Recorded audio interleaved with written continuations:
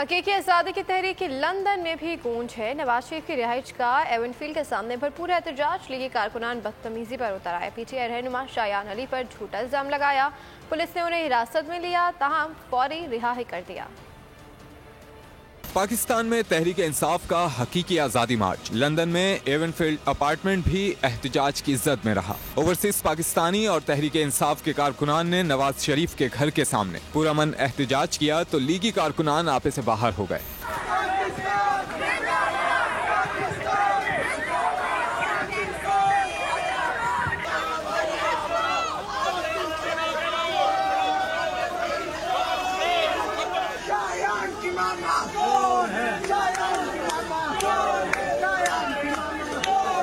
जवाब में पीटीआई कारकुनान ने भी नारे लगाए। इस दौरान पुलिस ने शायान अली को गिरफ्तार कर लिया।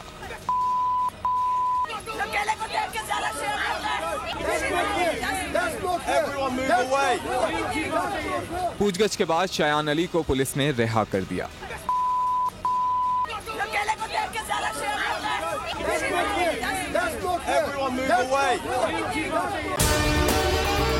अगर आपको हमारी ये वीडियो पसंद आई है तो लाइक पर क्लिक कीजिए।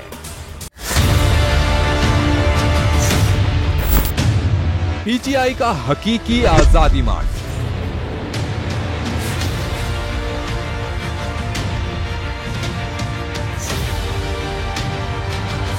बोल ने पल पल की खबर से रखा अवाम को बाखबर। कारकुनान जो है आज पुरजोश दिखाई देते, पुरुम्मीद दिखाई देते।